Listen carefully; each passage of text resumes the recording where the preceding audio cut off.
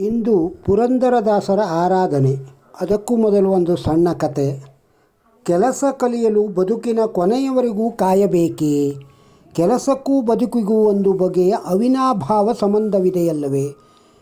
ಇದಿಲ್ಲದೆ ಅದಿಲ್ಲ, ಅದಿಲ್ಲದಿದೆ ಇದಿಲ್ಲ. ಹಾಗಾದರೆ ಕೆಲಸ ಕಲಿಯಬೇಕಾದದ್ದು ಯಾವಾಗ? ಅದನ್ನು ತೋರಿಸುವ ಚೀನಾದ ಜನಪದ ಕಥೆಯೊಂದು ಇಲ್ಲಿದೆ. ಅಲ್ಲೊಬ್ಬ ಶ್ರೀಮಂತ ಜಮೀನುದಾರರಿದ್ದರು. ಸ್ವಶ್ರಮದಿಂದ ಸಿರಿವಂತರಾಗಿದ್ದರು. 50 ವರ್ಷ ವಯಸ್ಸಾಗಿದ್ದಾಗ ಅವರಿಗೆ 30 ವರ್ಷ ವಯಸ್ಸಿನ ಮಗನಿದ್ದ. ಒಬ್ಬನೇ ಮಗ, ವಂಶೋದ್ಧಾರಕ ಎಂಬಿತ್ಯಾದಿ ಕಾರಣಗಳಿಂದ ಅವನನ್ನು ಬಹಳ ಮುದ್ದಿನಿಂದ ಬೆಳೆಸಿದ್ದರು. ಅವನು ತಿಂದುಂಡು ಆಟವಾಡಿಕೊಂಡು ಮೋಜು ಮಾಡಿಕೊಂಡು ಕಾಲ ಕಳೆಯುತ್ತಿದ್ದ. ಯಾವ ಕೆಲಸವನ್ನೂ ಮಾಡುತ್ತಿರಲಿಲ್ಲ. ಏಕೆಂದರೆ ಅಪ್ಪ ಅವನಿಗೆ ಕೆಲಸ ಮಾಡುವುದನ್ನು ಕಲಿಸಿಕೊಟ್ಟಿರಲಿಲ್ಲ. ಇನ್ನೂ ಸಮಯವಿದೆ ಎಂದುಕೊಂಡು ಸುಮ್ಮನಿದ್ದರು. ಅವನೂ ಸುಮ್ಮನಿದ್ದ, ಏನೂ ಕಲಿಯಲಿಲ್ಲ. ಒಮ್ಮೆ ಜ್ಯೋತಿಷಿಯೊಬ್ಬರು ಅವರ ಮನೆಗೆ ಬಂದರು. ತಂದೆ ಮಕ್ಕಳ ಕೈಗಳನ್ನು ಕುಲಂಕುಷವಾಗಿ ನೋಡಿದರು. ನಂತರ, ಜಮೀನುದಾರರೇ, ನಿಮಗೀಗ 50 ವರ್ಷ ವಯಸ್ಸು, ನೀವು ಇನ್ನೂ 30 ವರ್ಷ ಬದುಕುತ್ತೀರಿ. ನಿಮ್ಮ ಮಗನೂ ಇನ್ನೂ 32 ವರ್ಷಗಳ ಕಾಲ ಬದುಕುತ್ತಾನೆ ಎಂದು ಭವಿಷ್ಯ ನುಡಿದರು. ಜಮೀನುದಾರರು ತಾವು ಇನ್ನೂ 30 ವರ್ಷ ಬದುಕುವ ಭರವಸೆ ಸಿಕ್ಕಿದ್ದರಿಂದ ಸಂತಸಗೊಂಡರು.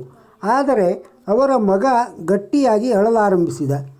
ಅಪ್ಪ ಗಾಬರಿಗೊಂಡು ಅವನ ಅಳುವಿಗೆ ಕಾರಣ ಕೇಳಿದಾಗ ಆತ, ನೀವು ಇನ್ನೂ 30 ವರ್ಷಕ್ಕೆ ಸತ್ತು ಹೋಗುತ್ತೀರಿ, ನಾನು 32 ವರ್ಷ ಬದುಕಿರುತ್ತೇನೆ. ಅಂದರೆ ನೀವು ಸತ್ತ ನಂತರದ 2 ವರ್ಷಗಳು ನನ್ನನ್ನು ನೋಡಿಕೊಳ್ಳುವವರು ಯಾರು ಎಂದು ಬಿಕ್ಕಳಿಸಿ ಅಳತೊಡಗಿದ. ಜ್ಯೋತಿಷಿಯು, ಇನ್ನೂ 30 ವರ್ಷಗಳ ಕಾಲ ನಿಮ್ಮಪ್ಪ ಬದುಕಿರುತ್ತಾರೆ, ಅಲ್ಲಿಯವರೆಗೂ ನೀನು ನಿಶ್ಚಿಂತೆಯಾಗಿರು, ಅನಂತರ ನೋಡಿಕೊಳ್ಳೋಣ ಎಂದು ಹೇಳಿದರೂ ಆತ ಅಳು ನಿಲ್ಲಿಸಲಿಲ್ಲ.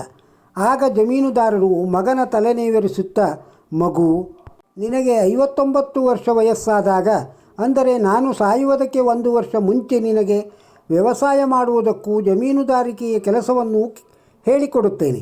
ನೀನು ಅದನ್ನು ಕಲಿತರೆ ನಾನು ಸತ್ತ ಮೇಲೂ 2 ವರ್ಷಗಳ ಕಾಲ ನಿಶ್ಚಿಂತೆಯಾಗಿ ಬದುಕಬಹುದು. ಚಿಂತಿಸಬೇಡ ಎಂದು ಸಮಾಧಾನ ಹೇಳಿದರು. ಆತ ಅಳುವುದನ್ನು ನಿಲ್ಲಿಸಿ ನಿರಮ್ಮಳನಾಗಿ ಕುಳಿತ. ಆಗ ಜ್ಯೋತಿಷಿಯು, ಸ್ವಾಮಿ, ನೀವು ಅವನಿಗೆ ಕೆಲಸ ಕಲಿಸಲು ಬದುಕಿನ ಕೊನೆಯ ವರ್ಷದವರೆಗೆ ಕಾಯಬೇಕೇ? 59 ವರ್ಷ ವಯಸ್ಸಾದಾಗ ವ್ಯವಸಾಯವನ್ನು ಜಮೀನುದಾರಿಕೆಯನ್ನು ಹೇಳಿಕೊಟ್ಟು ಆತನ ಕೊನೆಯ 2 ವರ್ಷಗಳು ನಿಶ್ಚಿಂತೆಯಿಂದ ಬದುಕುವಂತೆ ಮಾಡುವುದರ ಬದಲು ಅದನ್ನು ಅವನಿಗೆ ಹಿಂದೆ ಹೇಳಿಕೊಟ್ಟರೆ ಇನ್ನೂ 32 ವರ್ಷಗಳ ಕಾಲವೂ ಆತ ನಿಶ್ಚಿಂತೆಯಾಗಿ ಬದುಕುವಂತೆ ಮಾಡಬಹುದಲ್ಲವೇ ಎಂದು ಹೇಳಿದಾಗ ಅಪ್ಪ ಮಗ ಇಬ್ಬರಿಗೂ ಮಿಂಚು ಹೊಡೆದಂತಾಯಿತು. ಅವರಿಬ್ಬರೂ ಒಮ್ಮೆಗೆ, ಅಯ್ಯೋ, ಇದರ ಬಗ್ಗೆ ನಾವು ಮೊದಲೇ ಏಕೆ ಚಿಂತಿಸಲಿಲ್ಲ ಎಂದು ಉದ್ಗಾರ ತೆಗೆದರು. ಅಂದಿನಿಂದ ಅಪ್ಪ ಮಕ್ಕಳ ದೃಷ್ಟಿಕೋನ ಬದಲಾಯಿತು, ಬದುಕು ಬದಲಾಯಿತು. ಬಹುತೇಕ ಅಪ್ಪ ಅಮ್ಮಂದಿರು ಮಾಡುವುದು ಇದನ್ನೇ ಅಲ್ಲವೇ? ಮಕ್ಕಳನ್ನು ಮುದ್ದು ಮಾಡುವುದು. ನಾವು ಬಾಲ್ಯದಲ್ಲಿ ಕಷ್ಟಪಟ್ಟೆವು, ಈಗ ಅವರೇಕೆ ಕಷ್ಟಪಡಬೇಕು? ಅವರು ಕಷ್ಟಪಟ್ಟರೆ ಎಲ್ಲಿ ಬಾಡಿ ಹೋಗುತ್ತಾರೋ ಎನ್ನುವ ಆಲೋಚನೆಗಳು ಚೀನಾದ ಅಪ್ಪಂದಿರಲ್ಲೇ ಅಲ್ಲ, ಎಲ್ಲ ದೇಶದ ಅಪ್ಪಂದಿರಲ್ಲೂ ಇರಬಹುದು. ವಿದ್ಯೆ ಕಲಿಯಲು, ಕೆಲಸ ಮಾಡುವುದನ್ನು ಕಲಿಯಲು ಅವಸರ ಏಕೆ? ಅಪ್ಪ ಮಾಡಿಟ್ಟದ್ದೇ ಬೇಕಾದಷ್ಟಿದೆಯಲ್ಲ ಎನ್ನುವ ಆಲೋಚನೆಯುಳ್ಳ ಮಕ್ಕಳು ಎಲ್ಲ ದೇಶದಲ್ಲೂ ಇರಬಹುದು. ಕೆಲಸ ಕಲಿಯದೆ, ಗಳಿಸುವುದನ್ನು ಕಲಿಯದೆ ಕೂತು ಉಂಡರೆ ಕೊಪ್ಪರಿಗೆ ಹಣವೂ ಸಾಕಾಗುವುದಿಲ್ಲ ಎನ್ನುವುದನ್ನು ಮಕ್ಕಳು ಅರಿಯಬೇಕು, ಅವರ ಅಪ್ಪಂದಿರೂ ಅರಿಯಬೇಕು. ಸದ್ವಿಚಾರ ಸಂಗ್ರಹ ಇದು. ಇಂದು ಪುರಂದರದಾಸರ ಆರಾಧನಾ ಮಹೋತ್ಸವದ ಪರ್ವಕಾಲ. ಗೀತನರ್ತನದಿಂದ ಕೃಷ್ಣನ ಪೂಜಿಸುವ ಪೂತಾತ್ಮ ಪುರಂದರದಾಸರಿವರಯ್ಯ ಎಂದು ತಮ್ಮ ಗುರುಗಳಾದ ಶ್ರೀ ವ್ಯಾಸರಾಯರಿಂದಲೇ ಹೊಗಳಿಸಿಕೊಂಡ ಮಹಾಮಹಿಮರು ಶ್ರೀ ಪುರಂದರದಾಸರು. ಪುರಂದರದಾಸರ ಕೀರ್ತನೆಗಳನ್ನು ಪುರಂದರೋಪನಿಷತ್ತು ಎಂದು ಕರೆದಿದ್ದಾರೆ. ದಾಸರು ಮುಟ್ಟದ ವಿಷಯವಿಲ್ಲ, ಅವರು ಹೋಗದ ಸ್ಥಳವಿಲ್ಲ. ನಮ್ಮ ದೈನಂದಿನ ಬದುಕಿನಲ್ಲಿ ಬರುವ ಅನೇಕ ಪ್ರಸಂಗಗಳನ್ನು, ಪದಾರ್ಥಗಳನ್ನು, ಲೌಕಿಕವಾಗಿ ನಡೆಯುವ ಎಲ್ಲ ವ್ಯವಹಾರಗಳ ಸೂಕ್ಷ್ಮತೆಯನ್ನು ಅರಿತವರು ದಾಸರಾಯರು. ಹೀಗಾಗಿ ಅವರ ಹಾಡುಗಳು ಬಹಳಷ್ಟು ಸಾಮಾಜಿಕ ಪರಿಸರ, ನೈತಿಕ ಹಾಗೂ ಮಾನವ ಸೌಹಾರ್ದ ಸಂಬಂಧಗಳು, ಹೀಗೆ ಹಲವು ವಿಷಯಗಳನ್ನು ಪ್ರತಿಪಾದಿಸಿವೆ. ಸಿರಿ ಎಂಬ ಸೊಡರಿಗೆ ಮಾನ್ಯರ ಅವಮಾನ, ಬಿರುಗಾಳಿ ಎಚ್ಚರಿಕೆ. ಶಾಸ್ತ್ರಗಳಲ್ಲಿ ಸ್ತೋತಮ ಗುರುವ ಪ್ರೋಕ್ತ ಎಂದು ಹೇಳಿದೆ. ನಮಗಿಂತ ಉತ್ತಮರು ಯಾರೇ ಆಗಿದ್ದರೂ ಅವರನ್ನು ಗೌರವಿಸಬೇಕು. ಇಂದಿನ ದಿನಗಳಲ್ಲಿ ಇದು ಕಡಿಮೆಯಾಗುತ್ತಿದೆ. ಅವರವರ ವರ್ಣಾಶ್ರಮಗಳಿಗನುಗುಣವಾಗಿ ಸತ್ಕರಿಸಿ ವಂದಿಸಬೇಕು. ಎಂದಿಗೂ ಸ್ತೋತ್ತಮರ ಬಗ್ಗೆ ಅಸಹನೆ, ಅಪಚಾರ, ನಿಂದೆ ಸಲ್ಲದು. ಅವರಿಗೆ ಮಾಡಿದ ದ್ರೋಹ ನಮ್ಮ ಸರ್ವನಾಶಕ್ಕೆ ಕಾರಣವಾಗುವುದು.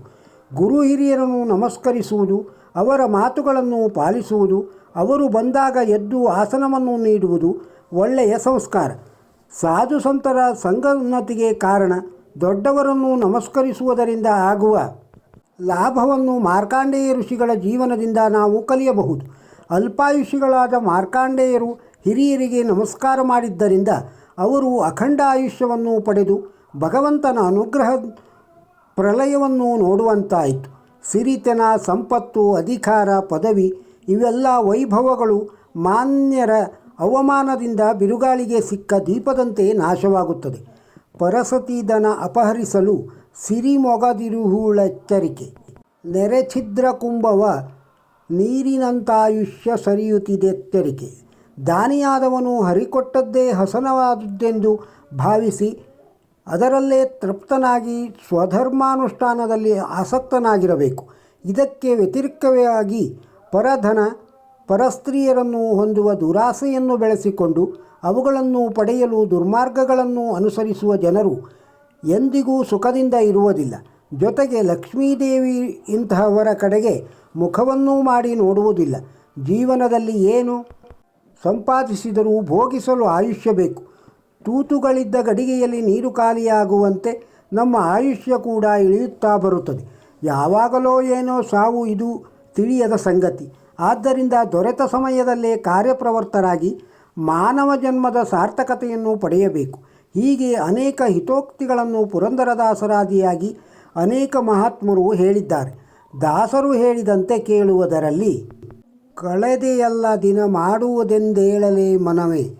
ಸಾಕಷ್ಟು ನೀತಿಬೋಧಕ ಸಾಹಿತ್ಯ ನಮ್ಮ ಮುಂದೆ ಇದ್ದರೂ ಅದರ ಕಡೆ ನಮ್ಮ ದಿವ್ಯ ನಿರ್ಲಕ್ಷ್ಯ ವಹಿಸಿ ನಮ್ಮ ಸಂಸಾರದ ಜಂಜಾಟದಲ್ಲಿ ಮುಳುಗಿರುವ ನಮ್ಮನ್ನು ಸಮುದ್ರದಲ್ಲಿ ಮುಳುಗಿದ ಮಂದರ ಪರ್ವತವನ್ನು ಎತ್ತಿದಂತೆ ನಮ್ಮನ್ನು ಎತ್ತಿ ಉದ್ಧರಿಸಲಿ ಎಂದು ಆ ಭಗವಂತನಲ್ಲಿಯೇ ಅನನ್ಯವಾಗಿ ಶರಣು ಹೋಗೋಣ. ಅದಕ್ಕೆ ತತ್ವಾಭಿಮಾನ ದೇವತೆಗಳ ವಾಯುದೇವರ ಶ್ರೀ ಲಕ್ಷ್ಮೀದೇವಿಯ ಅನುಗ್ರಹ ನಮ್ಮೆಲ್ಲರ ಮೇಲಿರಲಿ ಎಂದು ಪ್ರಾರ್ಥಿಸೋಣ. ಈ ವಿಡಿಯೋದಲ್ಲಿರುವ ಮಾಹಿತಿ ನಿಮಗೆ ಇಷ್ಟವಾಗಿದ್ದರೆ ಒಂದು ಲೈಕ್ ಕೊಡಿ. ಇದನ್ನು ಇತರರಿಗೂ ಶೇರ್ ಮಾಡಿ. ನಮ್ಮ ಚಾನಲ್ಗೆ ಸಬ್ಸ್ಕ್ರೈಬ್ ಆಗದೇ ಇದ್ದರೆ ಸಬ್ಸ್ಕ್ರೈಬ್ ಆಗಿ ಹಾಗೂ ನಿಮ್ಮ ಅಭಿಪ್ರಾಯವನ್ನು ಕಾಮೆಂಟ್ ಬಾಕ್ಸ್ನಲ್ಲಿ ತಿಳಿಸಿ. ನಮಸ್ಕಾರ.